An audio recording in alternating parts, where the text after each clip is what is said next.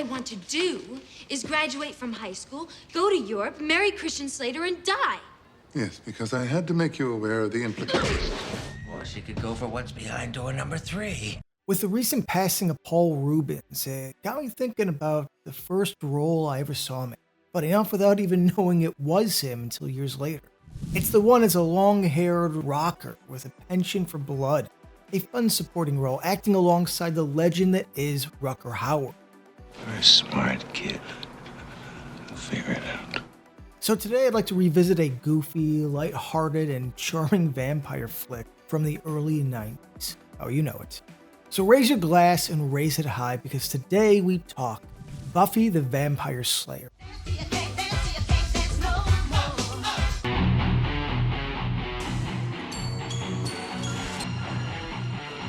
Nice hearing from you, Carlos.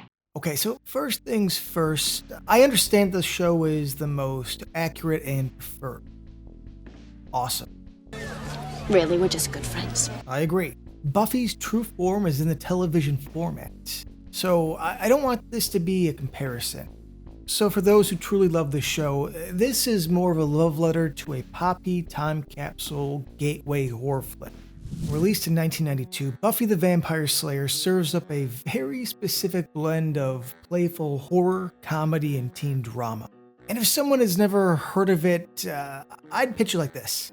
Buffy the Vampire Slayer is basically Clueless meets Campy Dracula. But now that I think about it, Buffy did precede it, so maybe Clueless owes a lot more to this than the 90s would like to admit. Was it the most out of it thing ever, or did I blink? And as old as it makes my soul to say this, those seeking a dose of retro fun will find it here. Now listen, let's just be honest and get this out of the way. The biggest strength and what rounds out a somewhat pedestrian story is the cast. You're wasting my dog. I mean, I'm usually not going to list it off, but I mean, look what we got here. Donald Sutherland, Rutger Hauer, the Raven himself, Stephen Root, David Arquette, Thomas Jane, Hilary Swank, Paul Rubens, Luke Perry, Christy Swanson. But before we go any farther, I want to put a focus specifically on Rubens. How he was playing against type and how his entire look here, which, let's be honest, was super cool back then, was modeled after the worst day of his life. I'm not interested in getting into specifics here, but his arrest got him this mugshot.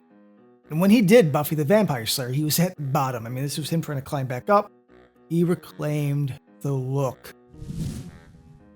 And side note, he would also cameo as Penguin's father in the same year. But Paul Rubens is and will always be Pee Wee Herman, a character that started Tim Burton on his way and defined the 80s. Here he's Emily, a quirky and somewhat bumbling sidekick to the film's main baddie, and of course vampire extraordinaire, Lothos, the great Rutger Hauer. Emily is a bad dude. I mean, he does murder teens. He's the one that turns Arquette. Rubens, though, disappears in the role. But what makes the character a standout, why in a movie with such heavy hitters does Rubens steal the show, is because of his comedic timing and physical comedy. Kill him a lot. Listen, there's an energy here that is finessed enough that, compared to Pee-wee, I mean, he's damn near relaxing, it brings a level of spirit that always made me smile. And even though he was kind of evil, you couldn't help but find him oddly endearing. And let's not forget, while Rutger Hauer's character was, all sinister and intense, Rubens' goofiness balanced it out perfectly. The way these two played off each other may be secondary to the main plot, but provides a lot of important growth in the movie's overarching tone. Now, do I wish it was bloody?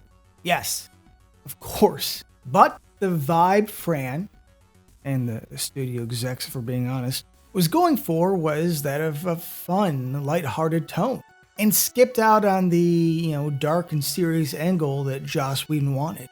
I mean, just look at Rubens' improvised death scene.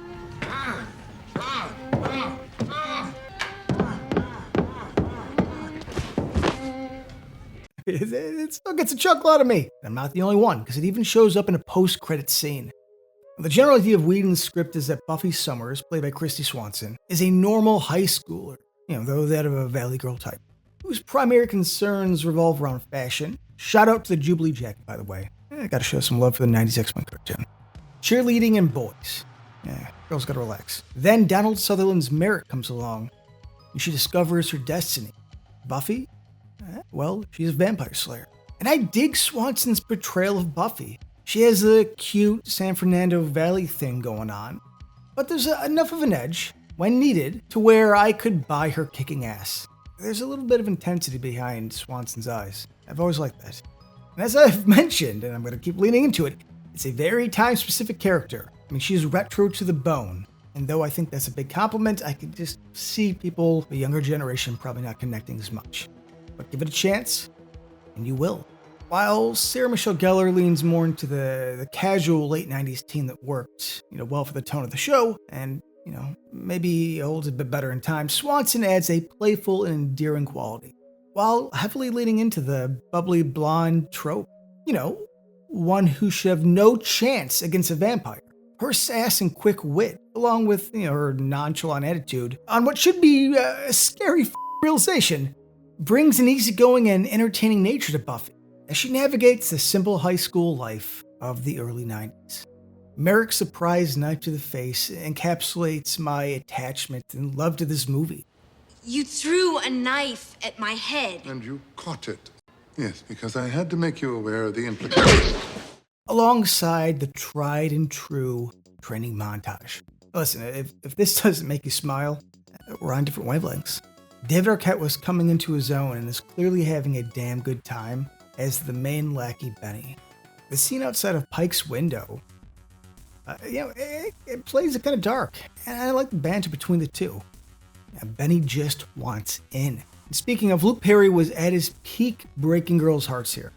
He plays the soft-spoken outcast Pike well. If I'm being honest, I didn't really get his appeal as a kid. I never really loved Pike, but my older self can admit, the son of a bitch has charm. And I do like that as the sort of tough guy outcast, he plays it more chill. Sell this place. There's something going on around here. I don't know, something real weird. And his character does add that sense of urgency to the situation. We have Hilary Swank as Kimberly, quite an annoying character. But obviously that was the script and direction, so hats off to Swank because she nails it. And Kimberly's meant to be annoying because she is so irritating and such a dingbat that even Stephen Root's Mr. Murray takes her down a notch. And speaking of dude, Root is one of the greatest character actors of my lifetime. Hats off to him and everything he has done. The man shows up to work every time. Now, think of me as Gary Murray, party guy. And so, the action may not be much. The blood, barely there, if any. But as a whole, I find Buffy charming. And, honestly, sometimes I miss these kind of flicks. I mean, let's be clear, this is a distinct type of nostalgia, deeply tied into its time. A snapshot of youth. And here's the thing, I had my time, and that's why I love this. Like you had yours, and your kids will have theirs. But look at this roster, and looking at who we've lost. I always want to appreciate the art we got. Some schlocky, but all of it entertaining. Listen, life can be a bit tough, so try and remember to relax and have a good time. Pop this one in when you get a chance, and try and enjoy. It's the beauty of movies, guys. It's the beauty of movies. You stupid little bitch!